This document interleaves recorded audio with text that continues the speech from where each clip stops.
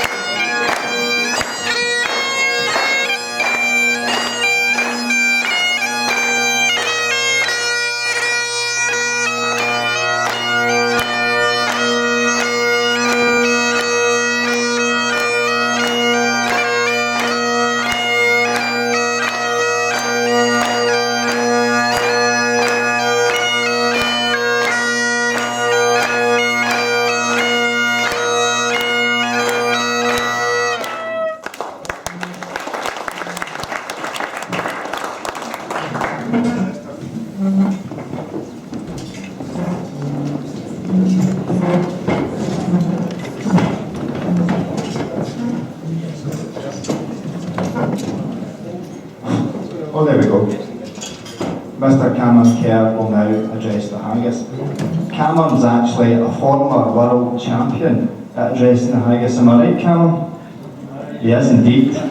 For one so young to be a former world champion, well done, Cameron, son.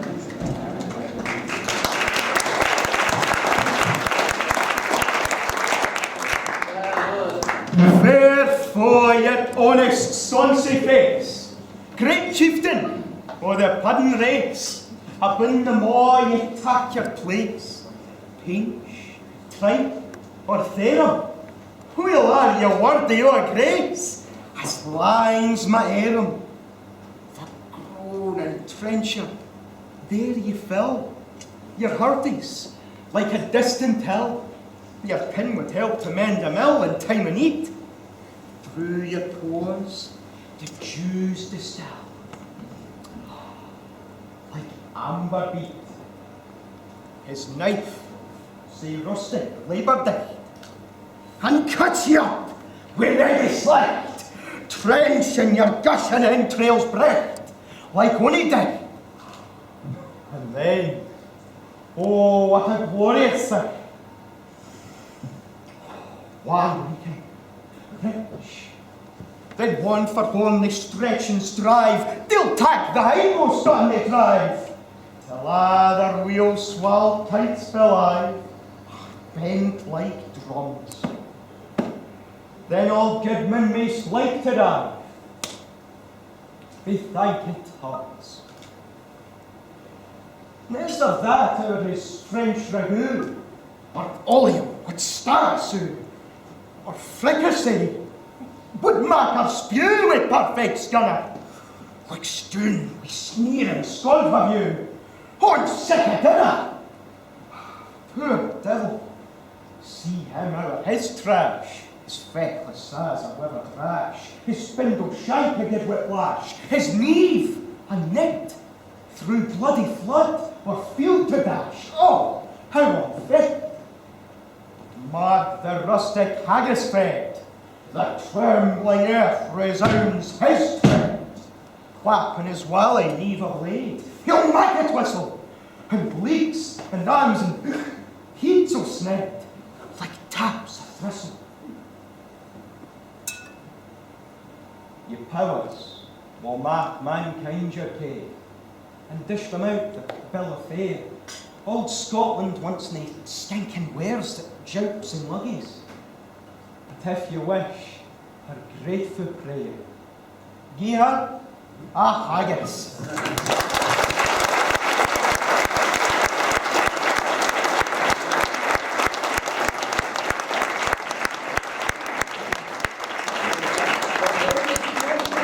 Please be upstanding for the the haggis.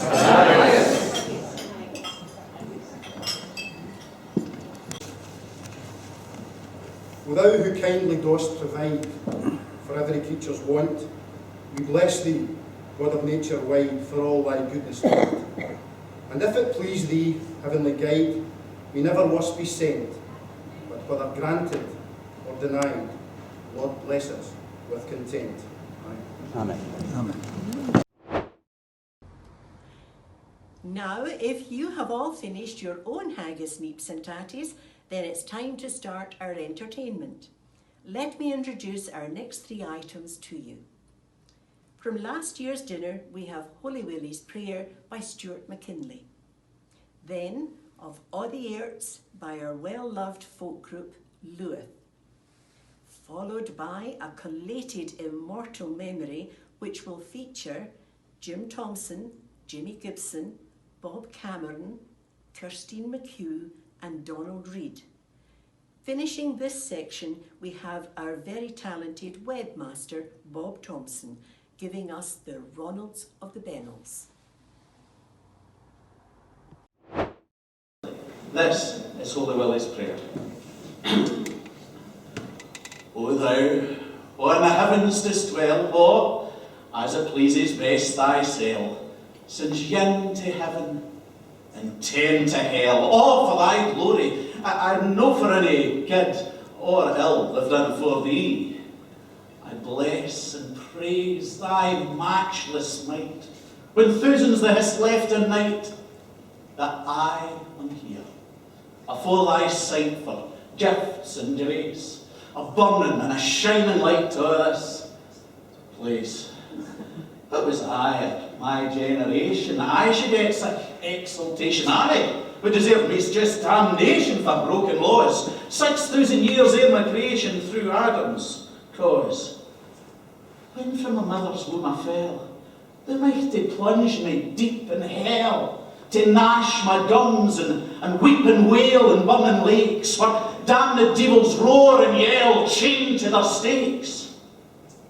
Yet I am here, a chosen sample, to show that thy grace is great and ample. I'm here, a pillar of thy temple, strong as a rock, a guide, a buckler, an example to all thy flock.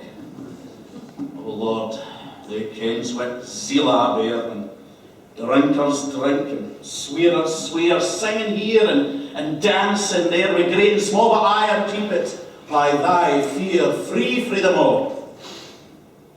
But yet, O Lord, confess I must, at times I'm fashed with fleshly lust, and sometimes too in worldly trust vile self gets in. But thou remembers we are but dust, defiled to sin. O Lord, yesterday we make thy pardon I sincerely beg. Oh, may it ne'er be a living plague to my dishonour, and I'll ne'er lift a lawless leg again upon it. Besides, I further one avow, with Lizzie's lass, 3 times I tried, but Lord, that Friday, I was fool when I come near her, or else thou kens thy servant true, would ne'er he steer her. Maybe thou lets this fleshly thorn buffet thy servant e'en more, lest he, however proud and high, should turn that he's sae gifted, if say thy horn when e'en be born until thou lift it. Lord, bless thy chosen in this place, for here thou has a chosen race. But Lord, confound their stubborn face and blast their name, will bring thy elders to disgrace and open shame. Lord, mind going Hamilton's deserts.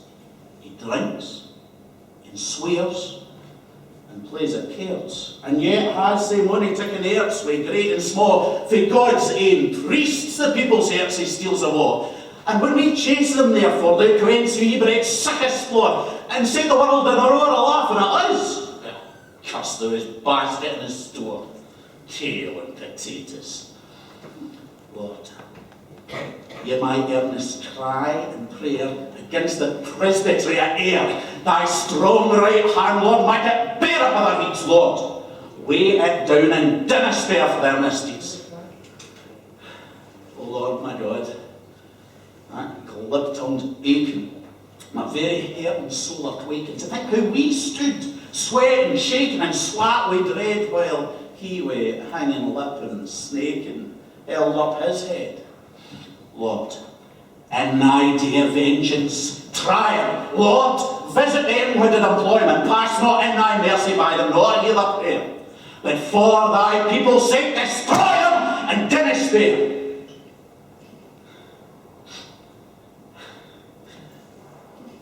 But Lord, remember me and mine, with mercies temporal and divine, that I for grace and dear may shine, excelled by name, and all the glory shall be thine. Amen. Amen.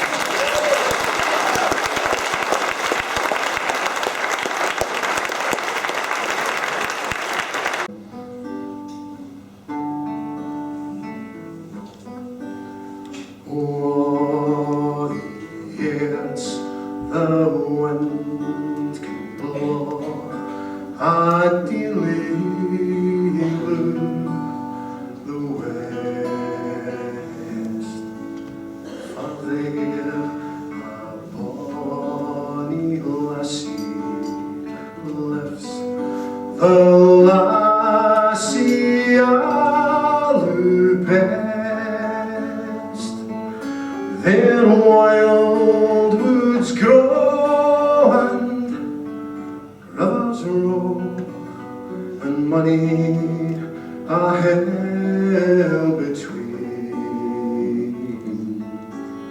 But day and night my fancy's flight is ever with my Jean. I see her in the dewy flowers, I see her sweet and fair.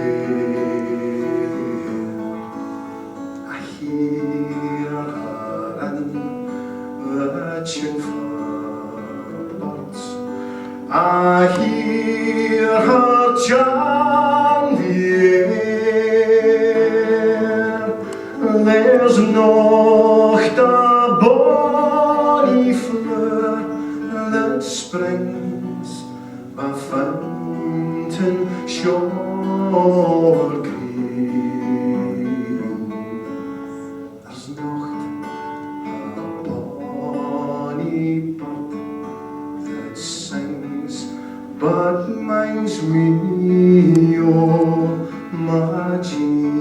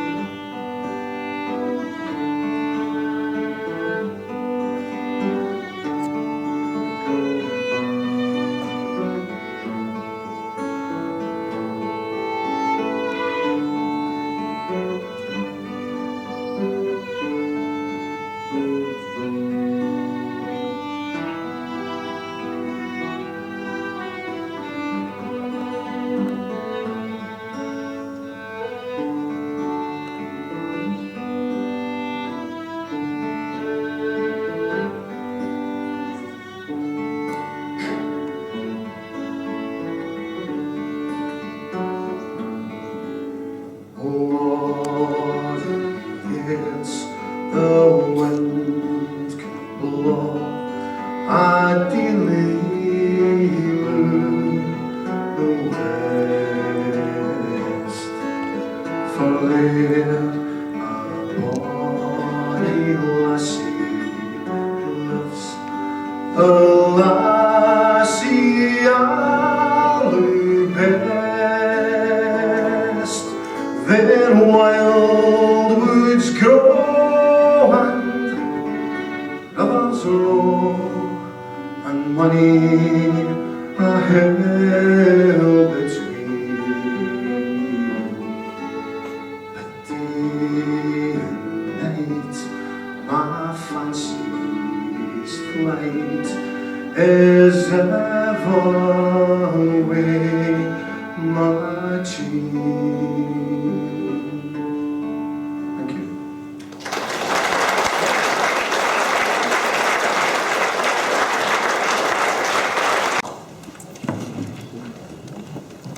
President Marlin, distinguished guests, ladies and gentlemen, it is indeed an honour for me to propose such a toast in such a place to such a club. I'm well aware of, in fact acutely aware of the honour that's been done to me this evening by asking me along here to speak to a club founded where a great poet was born.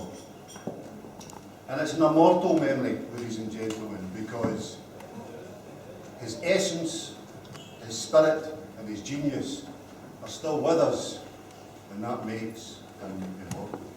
And love him or hate him, he's still very much part of our everyday Scottish life, our history, heritage and culture, and probably more importantly, our economy are still an integral part of Burns. I first met Robert Burns as a 14-year-old in Airwood and Cumnock. And I was introduced to him by two old fellas by the name of Ian Hogg and John McCallum, who sadly are both no longer with us. And they planted a seed which took quite a long time to mature, but eventually blossomed and flourished into, I think, a wonderful hobby for me and millions like me. Now, like many in this room, I'm a lad from Kyle, and if I can paraphrase the bard, I have to learn in no pretense. And it's for that reason I don't intend to stand here this evening, ladies and gentlemen, and try and give you some kind of academic treatise in the life of Burns, because quite simply, That's no the way I see Burns. And nor will I idolise him, and I'll certainly not apologise for him, because I've always been very much of the opinion that Robin can speak for himself. When Monarch's Hindmost year at Wan was 5 and 20 days begun, 'twas then a burst of Januar wind blew Hansel in and Robin. The Monarch was George II, and the Hansel, or gift, was a storm. And in that bleak January day in 1759, Agnes MacClure, who was a village midwife in this very place of Alloway, brought Robert Burns into the world from the womb of his mother, Agnes Brown. Agnes was a Carrick lass who met and married a Kincardineshire farmer. The name of William Burns, spelled with an S. The birthplace of Robert Burns, a man from a simple nursery farming background whose poetry has crossed many borders, has broken through political, religious and social barriers, and has appealed to peoples from every corner of the globe. Now, what is the secret of Burns? Why did poets like Carlyle, Wordsworth, Tennyson, Longfellow, and men like Abraham Lincoln honour and praise him? He always had to work as a living, never as his dream as a writer.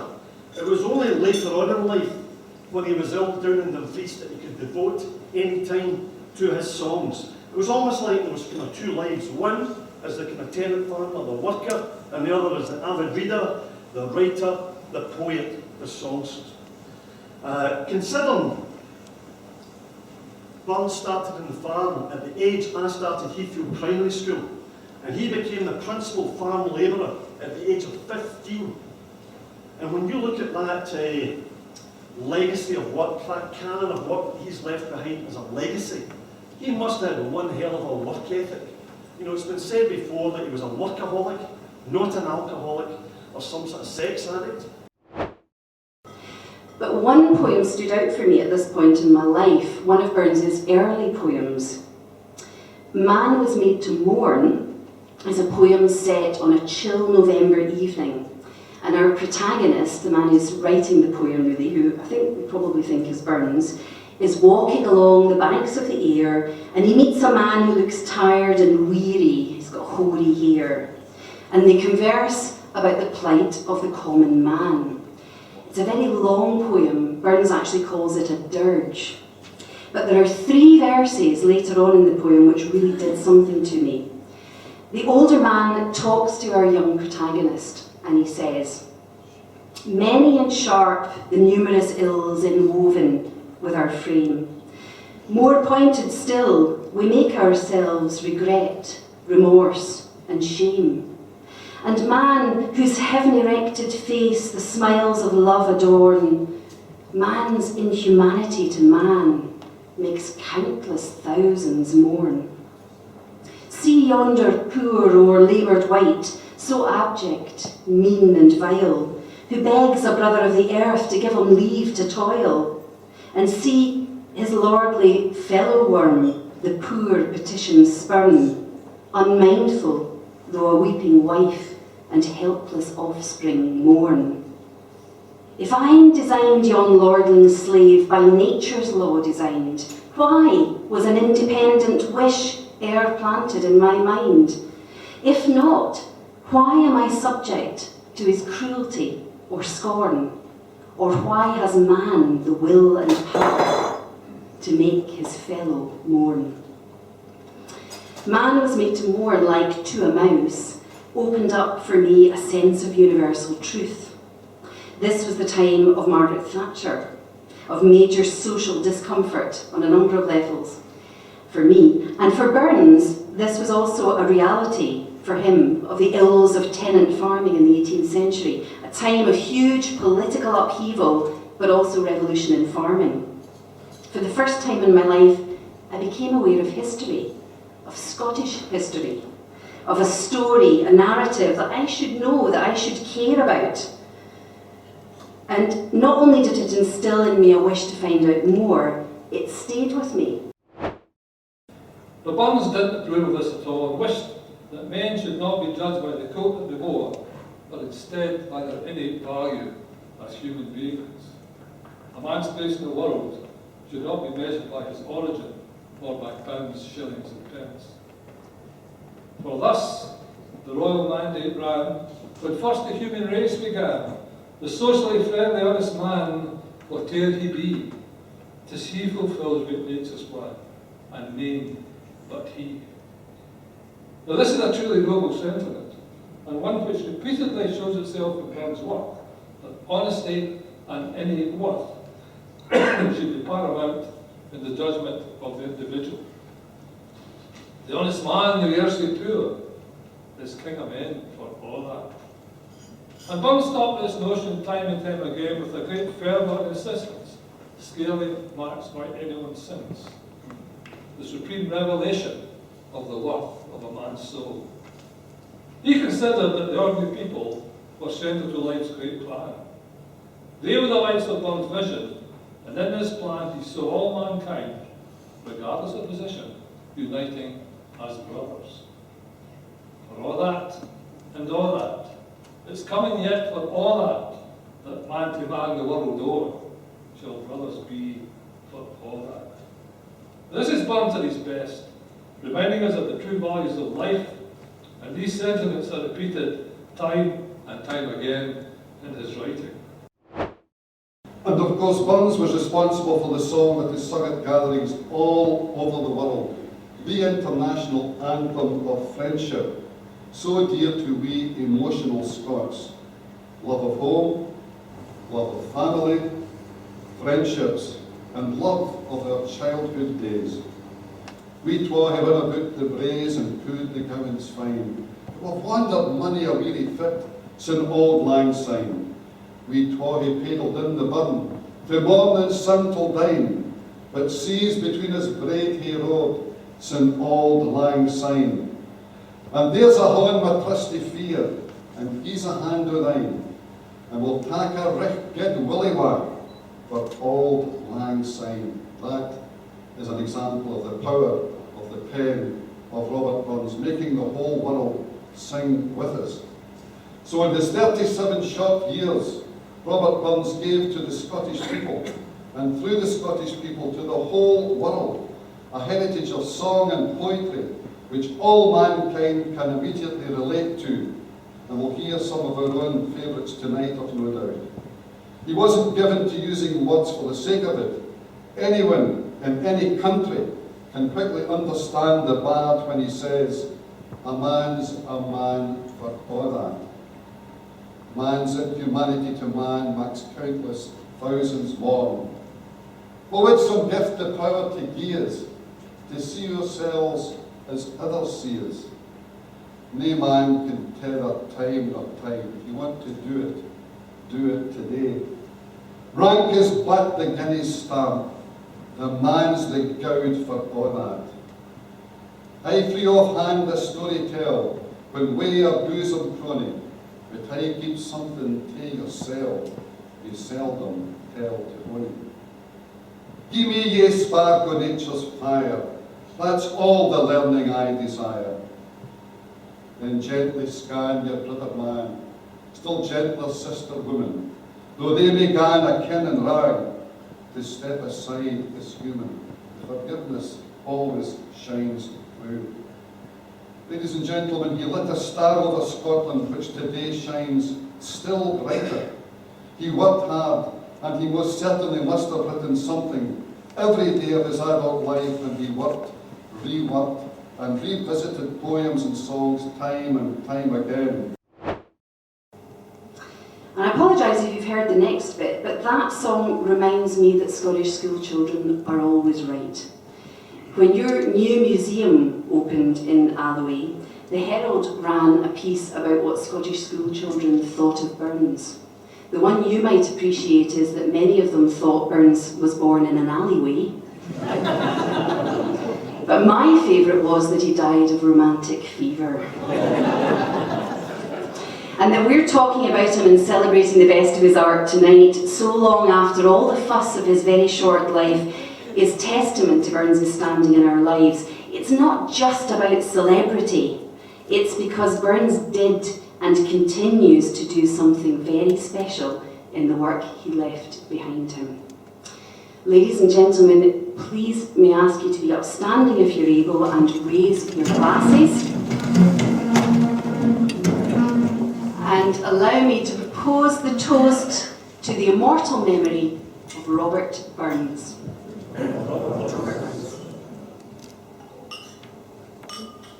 Thank you.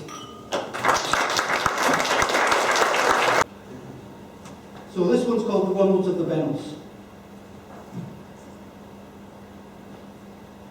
In Terbolton, you ken, there are proper young men and proper young lasses in Orma.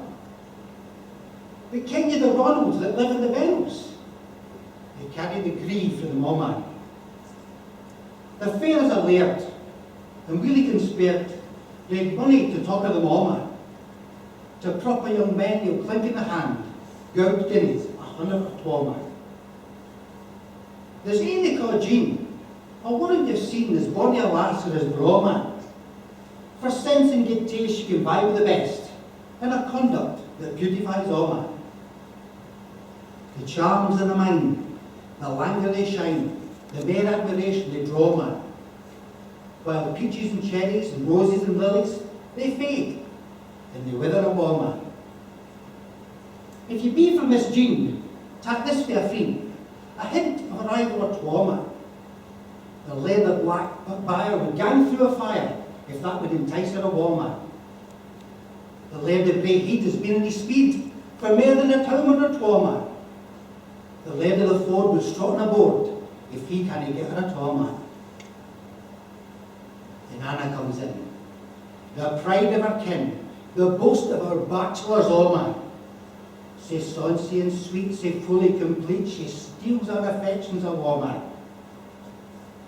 If I should detail the pick and the wail of lasses that live here a woman, the thought would be mine if she didn't shine the sweetest and best of them woman.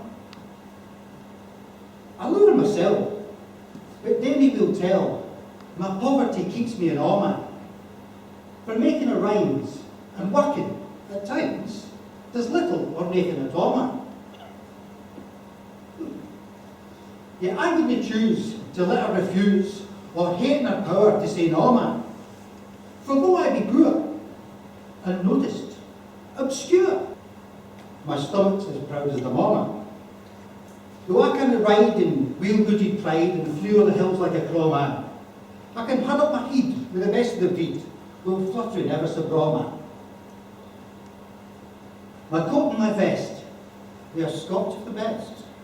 With pairs of good breeks, I have trauma, and stockings and pumps to put on my stumps, and near a round steak in the moment. My sarks they are few, and 5 of them new, 1,200 as white as a snowman. 10-shilling hat, a Holland cravat, there are no money poets abroad man. I've never had friends well stuck it in means to leave me 100 or 12 man. No we'll talk of ants to wait on their drants and wish them in hell for it all man. I've never been canny for hoarding the money or plotting together at all man. I've little to spend and nothing to lend, but devil a shilling I owe man. Thank you.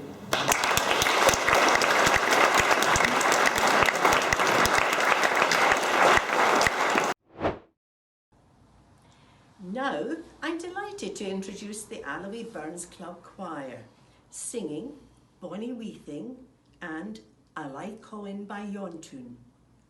The toast to the lasses is given by David Hume, who gave the toast at last year's dinner.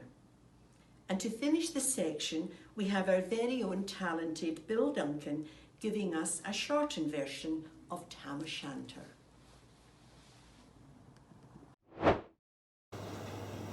Thank you.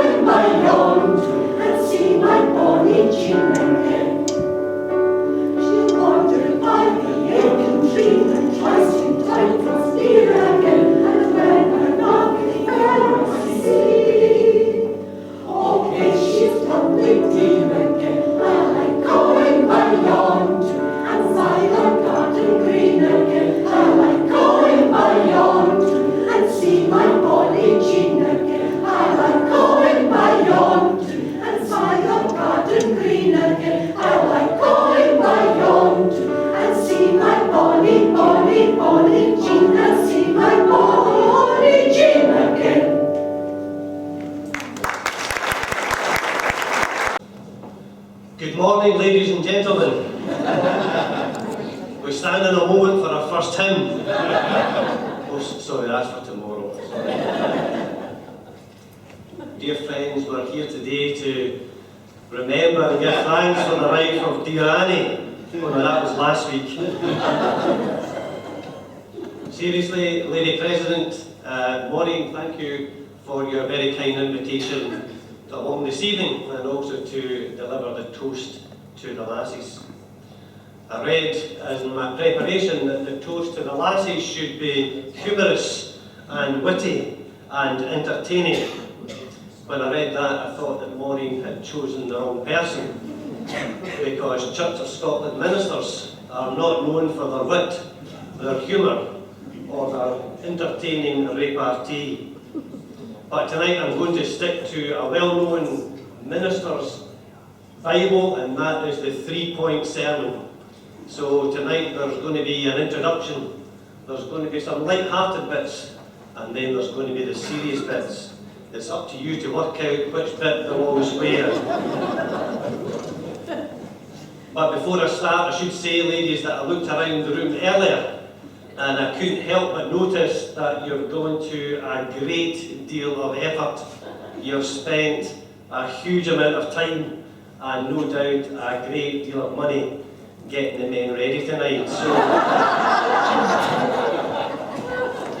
you've done really well and they look absolutely splendid.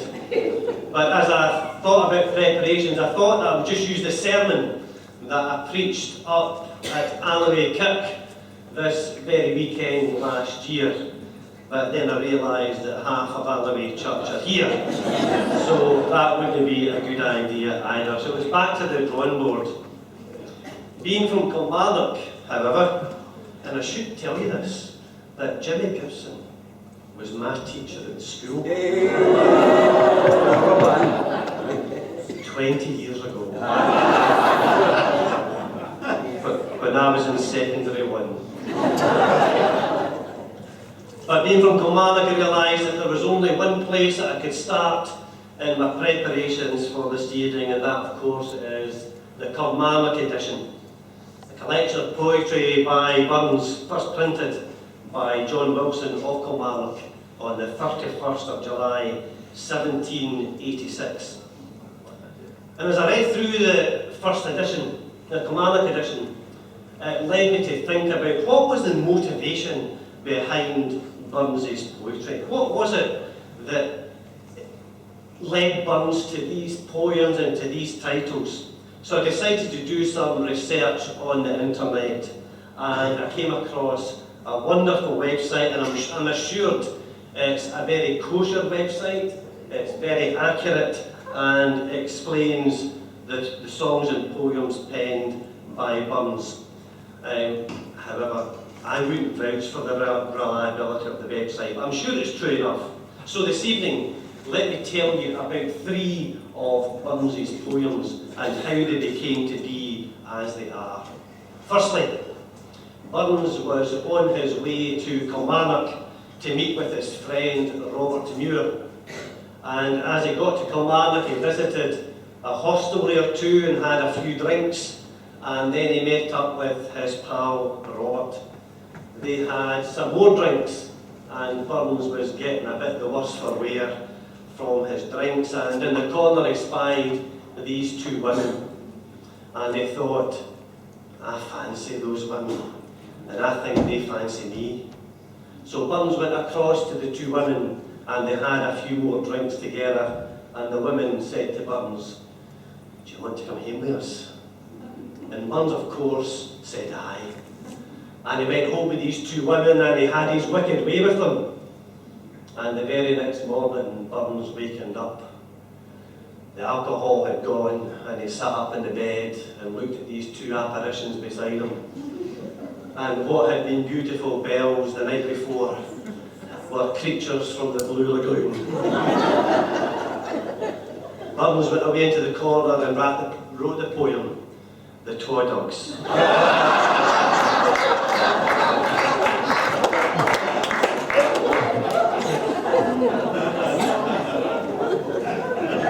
On another occasion, Burns was travelling to Maughline, and he was going to meet up with his best friend, Gavin Hamilton. And Burns walked to Mauchline, and just as he entered Mauchline, he saw this beautiful young woman, lovely blonde hair, blue eyes, and he went up to her and he said, "What's your name, darling?" And she said, "My name's Grace." And he said, "I fancy you." And Grace said, "I fancy you too." So they went up a close, and they had a wee bit of kiss and a cuddle, and maybe a wee bit more. And then Burns went for his dinner with his pal Gavin.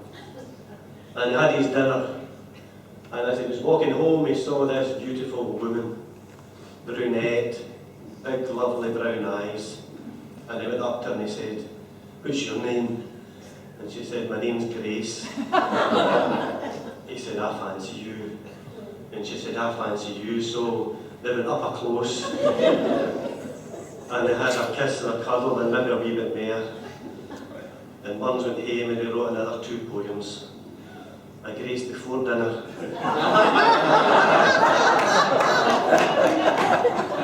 And a Grace after dinner.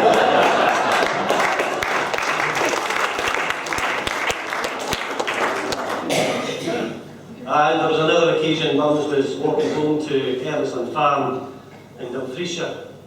And as he approached the farm, he looked across into the field and he saw in one of his neighbour's field, the farmer, out in the field. He had his wellies on, his jacket on and his hat, but he had no trousers. And Burns thought, that's a wee bit strange. That farmer's out in the field with no trousers. So he decided to go up to the farmhouse to tell his wife.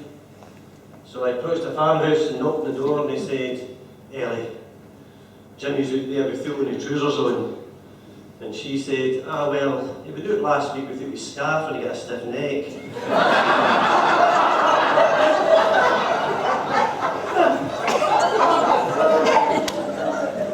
And Burns then went home and wrote another poem called "I'll Tell You a Tale of a Wife." It's clear from Burns's work that he had a great fondness and attraction to the women, and as Burns indeed was attracted to women, so men we are indeed also attracted to women. I'm sure you're here, some of you here tonight with the love of your lives. However, Burns struggled to understand women, and I struggled to understand my wife, to be fair. And I don't think there's any man that truly understands the mind of a woman. And if there is, can you please come up here and tell us all how the mind of a woman works? I believe that at some stage, all women are taken away to a special course. And at that course, they're taught some secret things about how to handle men. And one thing they're taught is, you'll no be. Okay? They're taught this. This is one way to handle men. You'll no be. And they're taught to use this quite frequently. For example, you'll no be having another drink, will you? Or they say, you'll no be having a pudding tonight for your tea, will you? Or, you'll no be golfing this weekend, will you? And I think the women are also taught in this course that men know the unknown. So, although they might seem thick at times, men know absolutely everything. And women use this quite often. My wife certainly does. Because you hear a knock at the door, and the woman says, "Who will that be then?" And of course the man should know, shouldn't he? Or the phone rings, and the woman says, "Who will that be?" But the man's supposed to know. Or the letter drops through the letterbox, and the woman says, "I wonder who that's from." But the man's supposed to know. And I think women secretly get taken away in this course, just to be taught how to handle men. On a serious note, however, it was clear that Burns was attracted to women.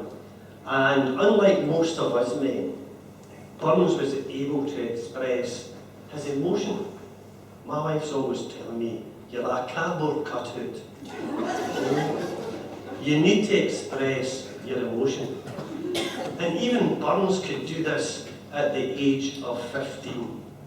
And he wrote some wonderful verse about perhaps 4 of the most loved women in his life. Nellie Kilpatrick, Jean Armour, Mary Campbell and Nancy McElhouse, christened of course as Clarinda. So let's think about Nellie Kilpatrick.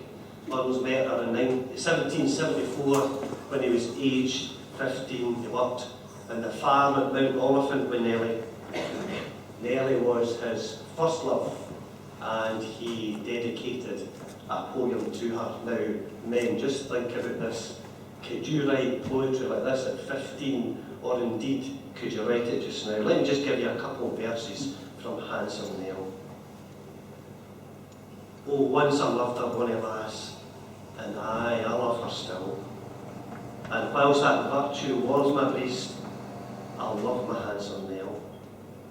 As bonny lasses I hae seen in mony foo's braw, but for a modest, graceful mien, there's like I never saw.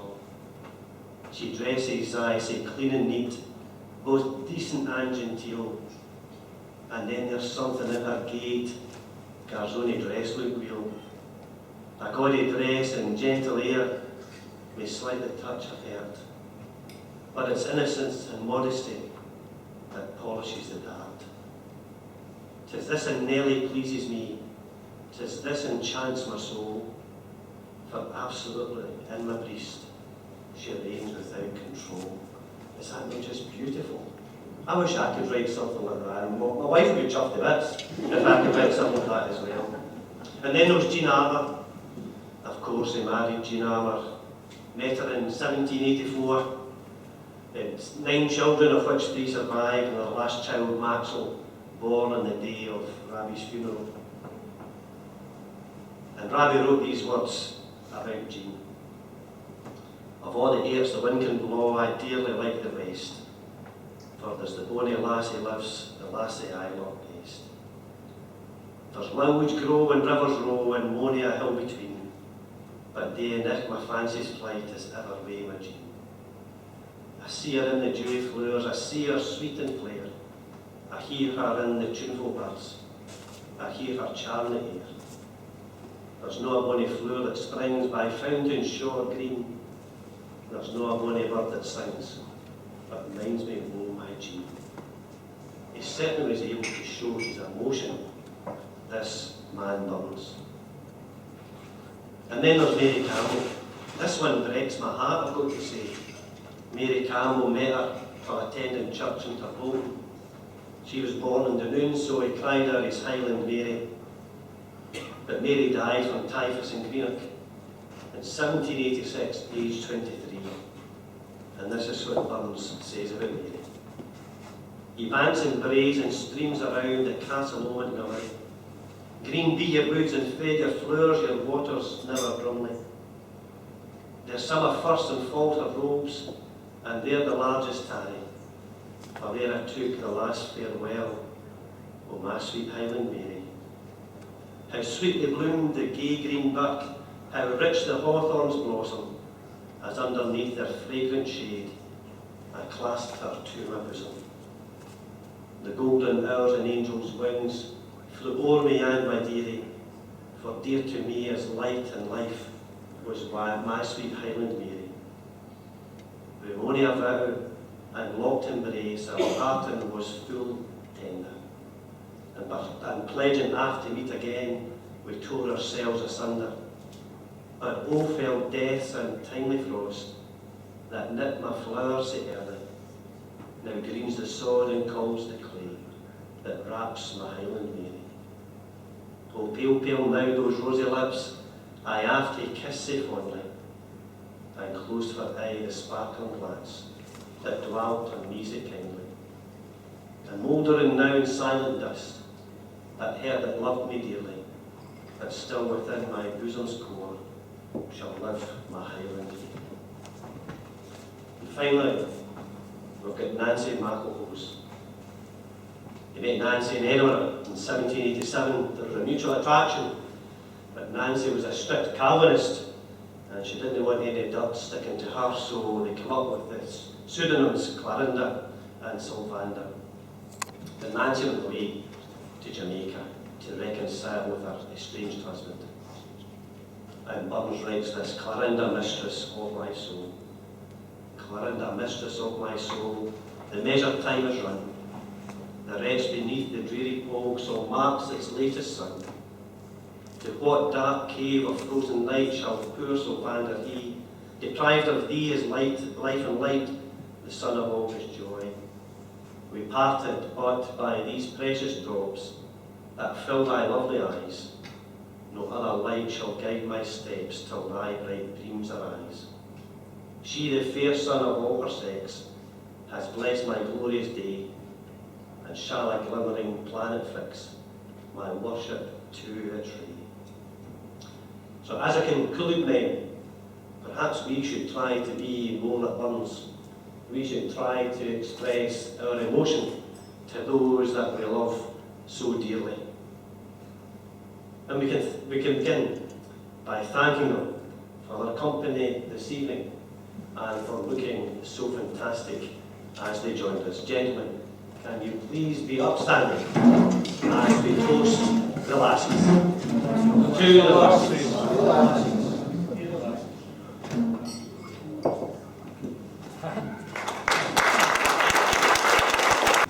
When Chapman Billies lay the street, and drouthy neighbours meet, and market days are weir and late, and folk begin to talk agate, as we sit, boozing and happy, getting fou and unco happy, we think nae of the lying Scotch smiles, the mosses, waters, slaps and styles that lie between us and our hate, where sits our sulky, sullen dame, gathering our brews like gathering storm, nursing our wrath to keep it warm.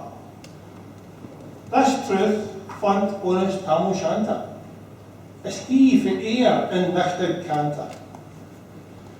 All there are near a town surpasses for honest men and bonny lasses. Tam had thou but been so wise as to take thine ain wife Kate's advice.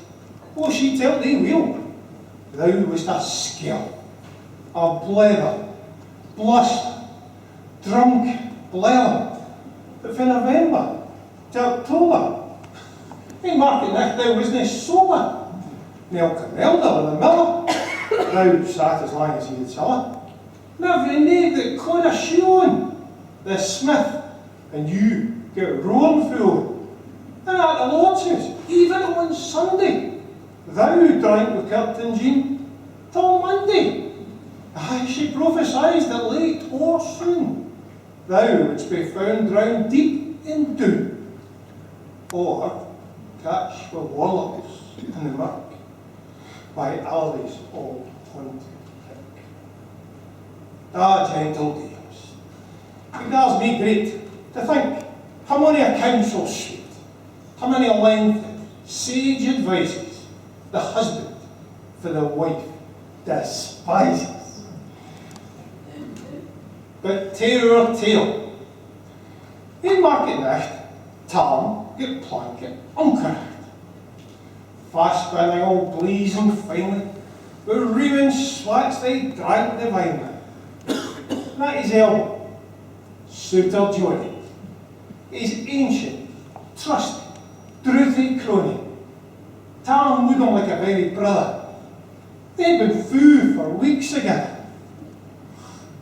The night drive on with songs and clattering, aye, they always grown better.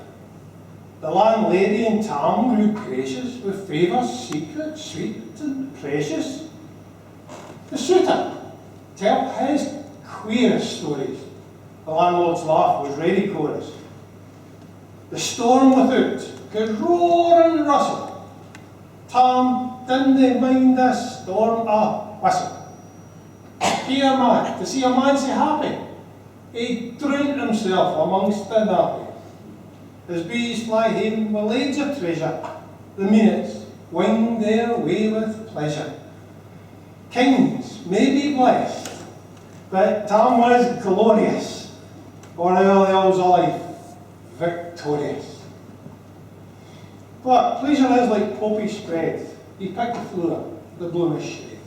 I like a snowflake in the river, a moment white, then gone forever.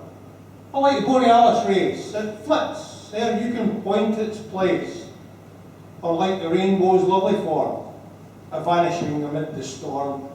Nae man can tether time nor tide. The hour approaches, tam and right. That hour o' night's black arch the key stain, that dreary hour mounts his beast in, and sick a nicht he tacks the road in. Nae poor sinner was abroad in. The wind blew to blow its last, the rattling showers rose in the blast, the speedy gleams, the darkness swallowed, loud, deep, and lang the thunder bellowed. That night, a child might understand the deal in business in his hand.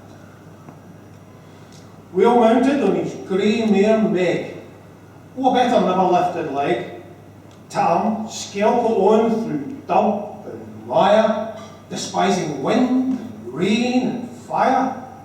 There's Crunier, some old Scotch sonnet, there's holding fast his good blue bonnet, there's glowering round with prudent cares, lest bubbles touch him unawares. Kirkcaldy was drawn nigh, for ghasts and bullets thickly cry.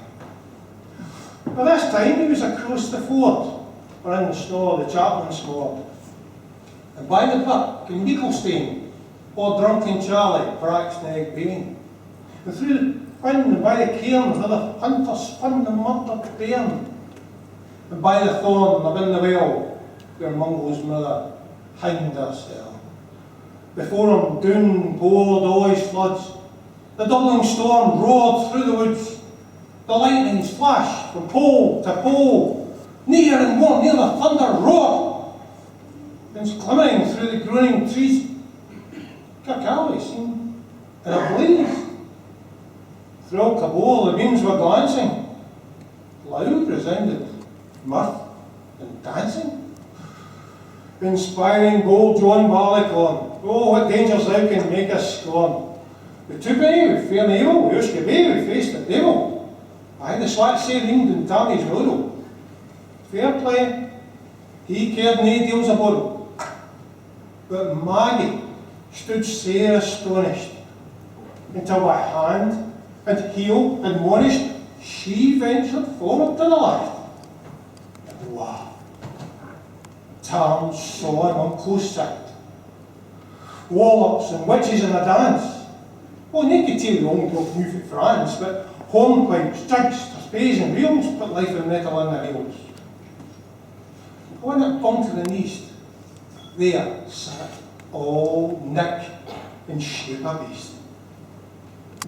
A towsy type, black, grim and large, to give him music was his charge. He screwed the pipes and gat and girl till roof and rafters all did skirl.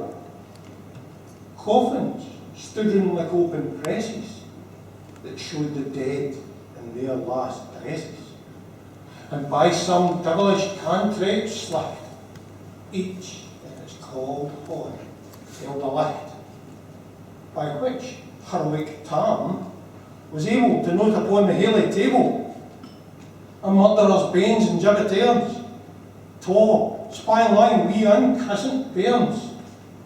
A thief new cut it for the rape, with his last gasp, his gabbed and cape.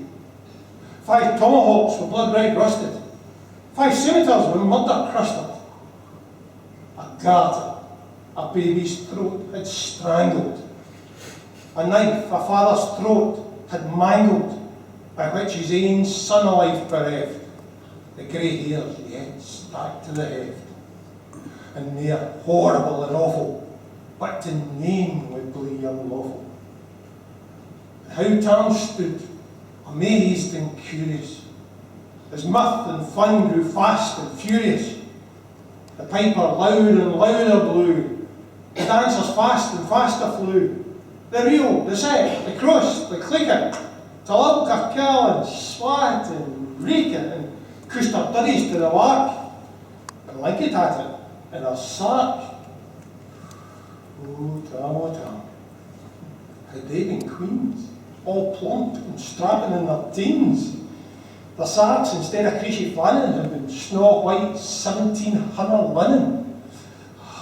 The breeks of mine were only pair that once were plush with good blue hair, had been after hurdies, framed like ye bonny birdies. But with her bedlams old and droll, rigweedy hags twixt spina foe, limp and flinging in her cock, when her doesn't turn my stomach. But Tam kent what was with food probably. There was once a wench in Wally that night enlisted in the Corps, lie after Kental and Carrick shore. For mony a beast the dead she shot and perished, mony a bonny boat, and shook baith meikle corn and beer, and kept the countryside in fear. Her cutty sark or paisley ham, that when a lassie she'd worn, through longitude was sairly scanty, but was her best, and she was vanity. Oh, little kent thy reverend granny, the sark she cloth her wee nanny, but what one Scots 'twas all her riches, with a grace, a dance, of witches. Ah, but he I knew her wingling pure, so flesh, so far beyond her power, to sing how nanny lap and fly, oh, supple jade she was, and strang, and how Tam stood, like ane bewitched. He thought he's very e'en enriched, even Satan glowered, and fetched through fade, and hocht and blue, with micht and main, the first innkeeper, sinner, Tam, tids his reasons all together and roars out, well done, Cutty's hat! And in an instant, all was dark. Nay sooner had he Maggie rallied, when out the hellish legions sallied. His bees fly out with angry fright when plundering herds assail their bite. His open pussies, mortal foes, and pop, she starts before their nose. As eager runs the market crowd when, stop there, thief, resounds aloud. Maggie runs, the witches follow him, mony an aldrich screech and holler. Oh Tam, go get thy cairn, and hell will roast thee like a hern. In vain thy Kate awaits thy coming. Kate soon will be a woeful woman. Now do thy speedy utmost begging, win the keystane o' the brig. There, at them now thy tail may toss, a running stream, they dare thy cross. There the keystane she could make, the fin, her tail, she had to shake. And Nanny, far before the rest, hard upon noble Maggie pressing, flew at Tam with furious ettle. Ah, the little wishing Maggie's metal, for ain spring broke over master heel, but left behind a rain grey tail. Garland clothed her with a rump, and left Pear Maggie scarce a stump. Now who this tale of truth shall read, both man and miller's son, tak heed, for ere to drink you're inclined, or cutty sarks run in your mind.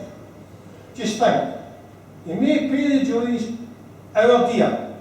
Remember, Tam O'Shanter's mare.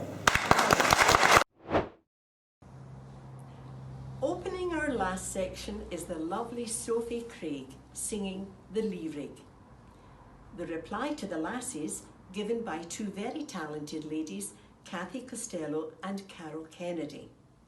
The Soldier's Return will be recited by Cameron Kerr, finishing off with Lewith, giving us Green Grow the Rashes O and a great favourite, A Fond Kiss. The Lee Rig by Robert Burns. When o'er the hill the eastern star tells Bogdan time is near, my Jo, and Olsen free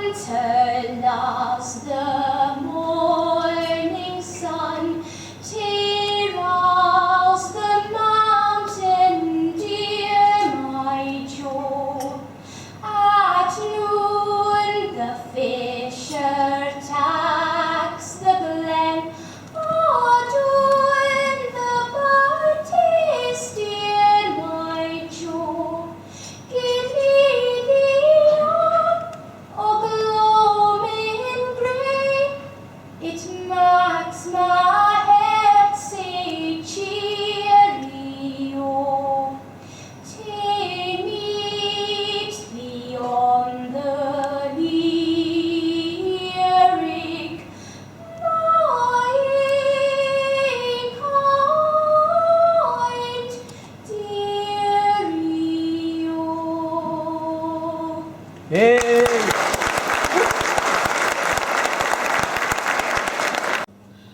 Northland lassies work together, washing, weaving, helping mother, and whilst we graft, the pater's canty, gossip stories, tales are plenty, courtships, winching, unlikely hitches, adultery, blasphemy, Hall Marianne and witches.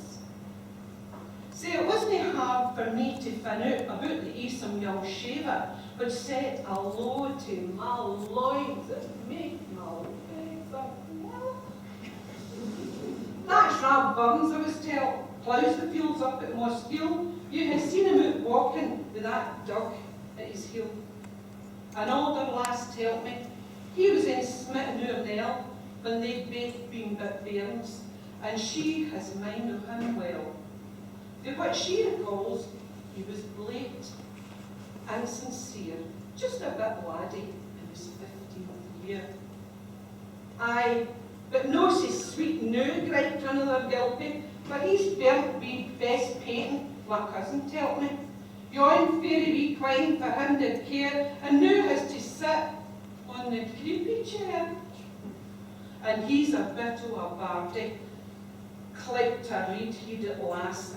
Oh, heaven promises that he'll be thought to the last. Try telling that to poor Bess, quipped the gilpie again, when she's left out with a bobby to rear this wee wean. But I agreed, he was bonny, a broad birkie full of charm, walking kennel lots fires and keep a lass apart. But no for the keeping a free spirit like him was led by his wimble. He'd be off on a one, wenching and hooring, when he maun be at work, his work on his tool, no the plough, no the fork. Attain nae tent of their gossip, gain at the contempt it deserved. My resolve just grew stronger, my lust for him preserved. Tired of their tattle, I kept tramping and washing, whilst their talk turned to race week and how they'd be dancing, mashing the clouts in the freezing water, letting on like I didn't care, until I heard the last hark. Are you gone, Jean? After all, Rab might be there. Men are wonderful creatures, and we ladies love them dearly, if only to poke fun at them now and again. But seriously, they do make our pulses beat quicker and our hearts to flutter. So I would ask you ladies, please be upstanding and drink a toast to the laddies.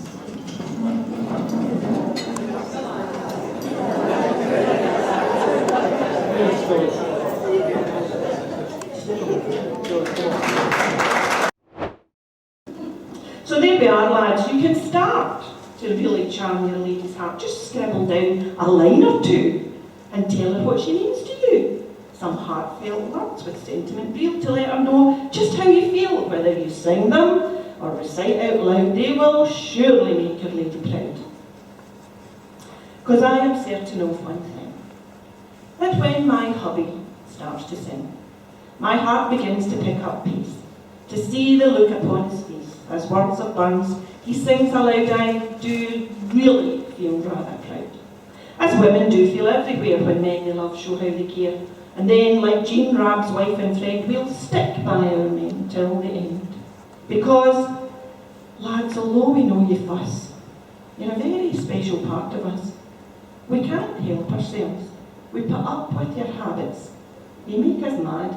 You make us crab it. But also, you can make us smile.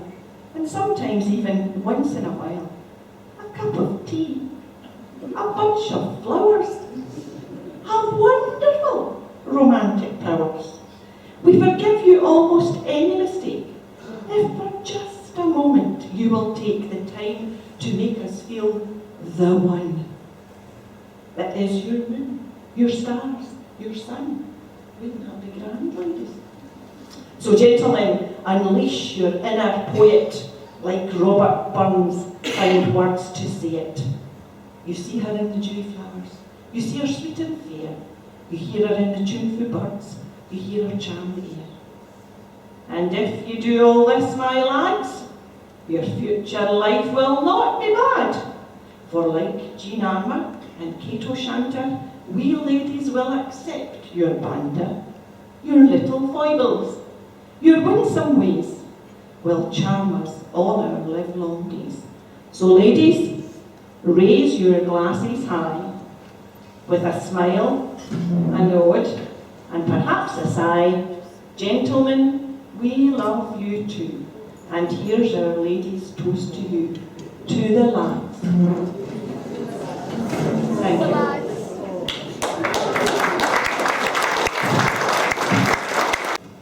The soldiers return. When wild war's deadly blast was won, and gentle peace returning, we mony a sweet babe fatherless, and mony a widow mourning. I left the lines in tented field, where lying had been a lodger, no humble knapsack, all my wealth, a poor but honest sodger. A leal light heart was in my breast, my hand unstained with plunder. For fair Scotia came again, I cheery on did wander. I thought upon the banks of Coyle, thought upon my Nancy. I thought upon the witching smile that caught my youthful fancy. At length I reached the bonny glen, where early life I sported. I passed the mill and Christ in Thorn, where Nancy after courted. Oh, I spied I but my ain dear maid, down by her mother's dwelling, and turned me round to hide the flood that in my een was swelling. With altered voice quoth I, sweet lass, sweet as yon hawthorn blossom, oh happy, happy may ye be that's dearest to thy bosom. My purse is light, I fare to gang, and fain would be thy lodger. I have served my king and country lang, take pity on a soldger. So wistfully she gazed on me, and lovelier was than ever. Quoth she, a soldier ain't so lord, forget him shall I never. Our humble court and homely fare, ye freely shall partake in it. That gallant badge, the dear cockade, ye are welcome for the sake of it. She gazed, she reddened like a rose, sun pale like honey lily. She sank within my arms and cried, art thou my ain dear Willie? By him who made yon sun and sky, by whom true love's regarded, I am the man, and thus may still true lovers be rewarded. The wars are o'er, and I come hame and find thee still true-hearted, though poor in gear, were rich in love, and merries ne'er departed. Quoth she, my grandsire left me goud, meal and plenished fairly, and come, my faithful soldier lad, thou art welcome to it dearly. For gold the merchant ploughs the main, the farmer ploughs the manor, but glory is the soldier's prize. The soldier's wealth is honour. The brave poor soldier, ne'er despised nor counted as a stranger. Remember, he's his country's stay, in day and hour o' danger.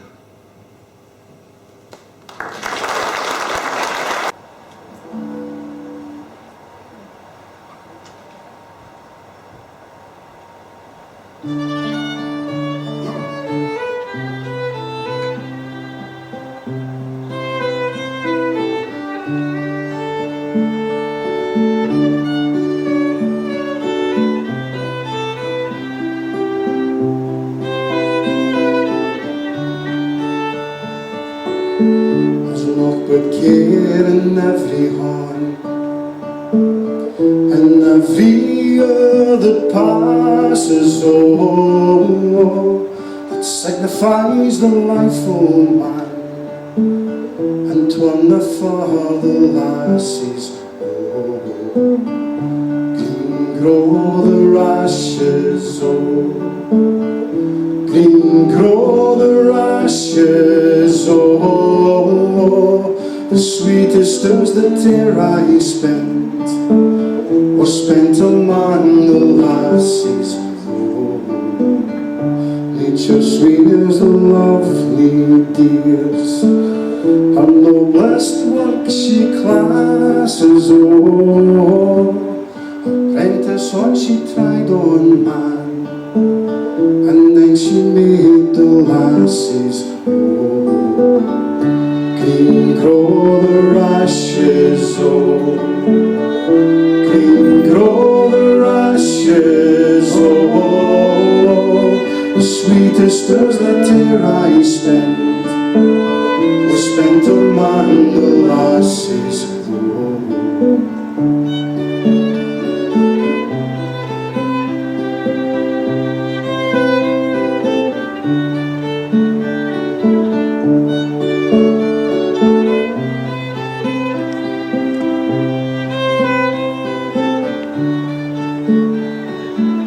But give me a cannier a tea, my arms about my dearie, oh, and Wally cares and Wally men, may all get absentee, oh.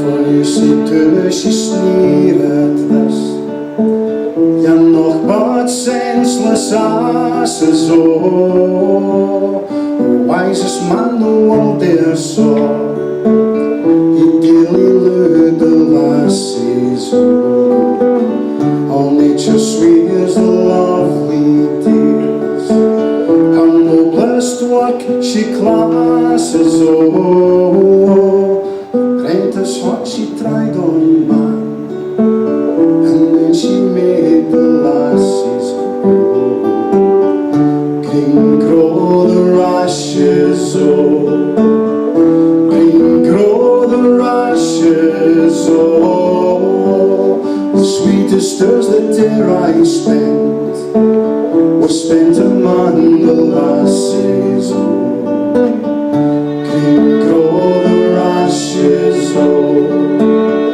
green grow the rashes, oh, the sweetest years that e'er I spent were spent among the lassies, oh.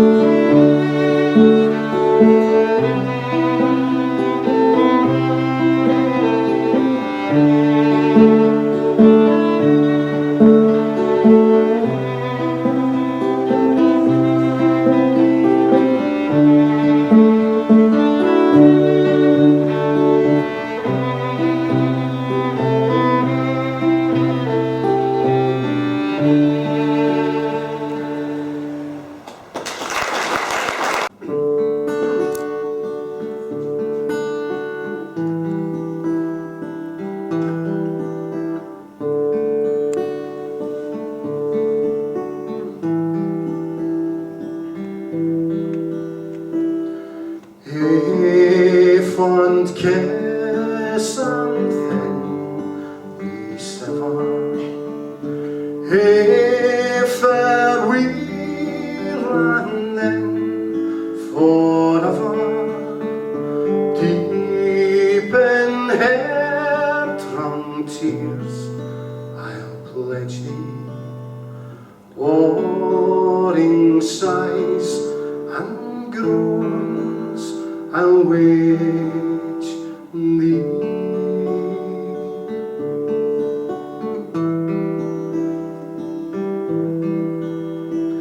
Who shall say that fortune gives him, whilst the star of hope she leaves him?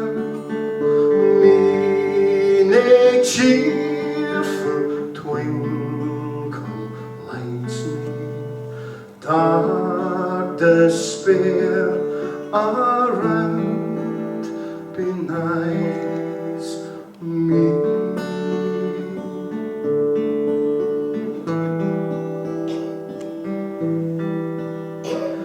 I'll ne'er blame my partial fancy, nothing could resist my Nancy, for to see her was to love her, love but her, and love forever.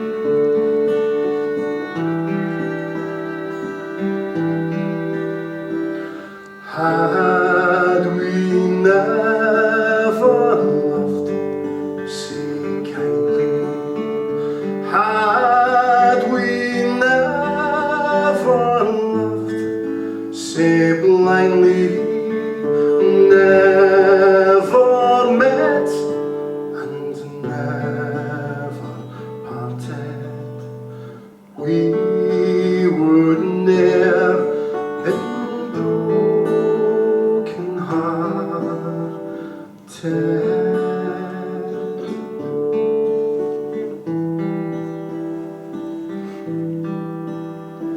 Fare thee well, thou first and fairest, fare thee well, thou best and dearest, thine be ilka joy and treasure, peace and joy, meant love and pleasure.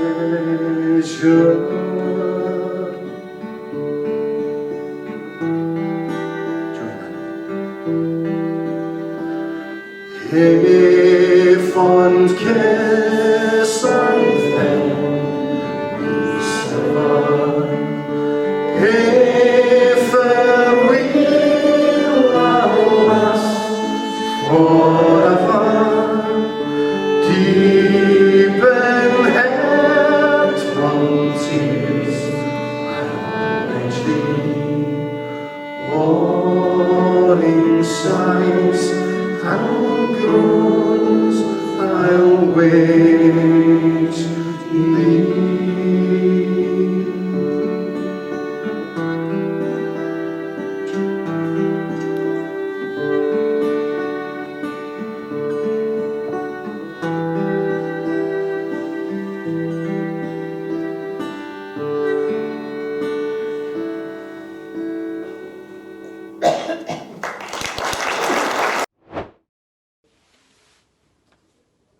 Well, wasn't that absolutely wonderful?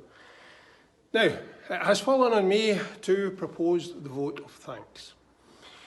Well, folks, since March of last year, we have all lived very different lives. And for Alloway Burns Club, this has been a very different anniversary dinner.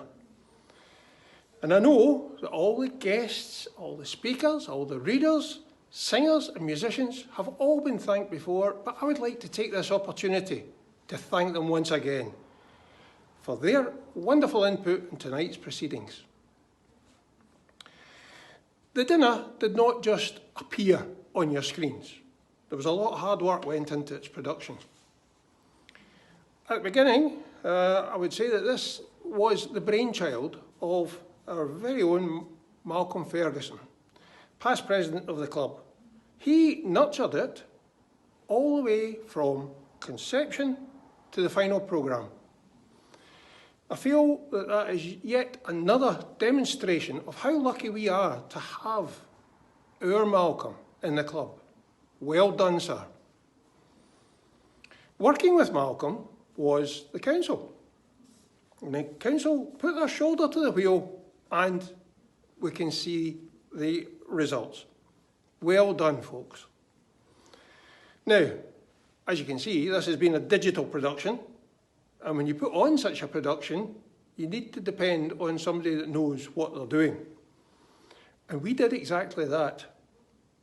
We owe a huge debt of gratitude to our webmaster, Bob Thompson. Without his knowledge and expertise, this production just would not have happened. Thank you so very much, Bob.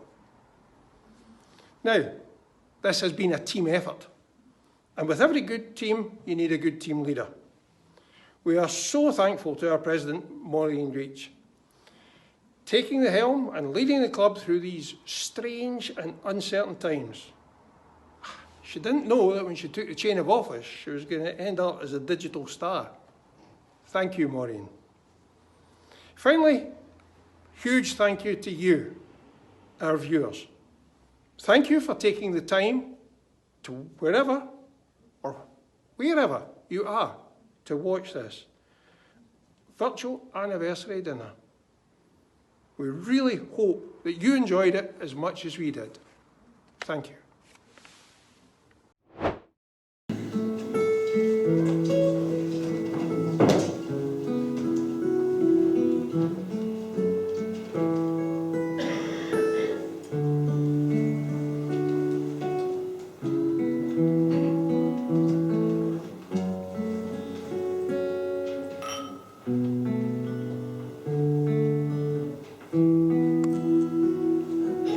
Should old acquaintance be forgot and never brought to mind? Should old acquaintance be forgot and old lang syne? For old lang syne, for old lang syne, we'll take a cup of kindness yet. For old lang syne, and surely he'll be your Einstein, and surely I'll be mine. We'll take a cup of kindness yet. For old lang syne, for old lang syne, my Joe. For old lang syne, we'll take a cup of kindness yet. For old lang syne.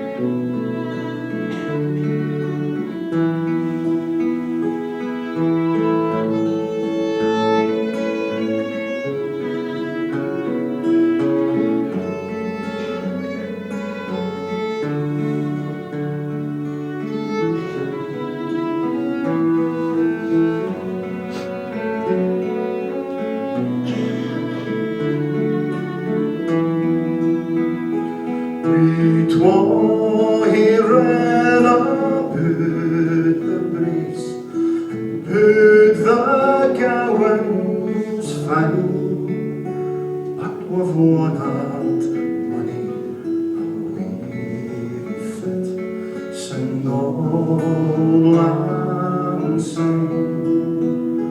We twa he bid all in the barn, frae morning sun till down, but the seas between us pretty old, sing all and sing. For all and sing, my Joe, for all and sing, we'll take a cup of kindness yet, for all and sing. And there's on my trusty fear, and he's all mine, and we'll take a lot, get well, for all I'm saying, for all I'm saying, my Joe, for all I'm saying, we'll take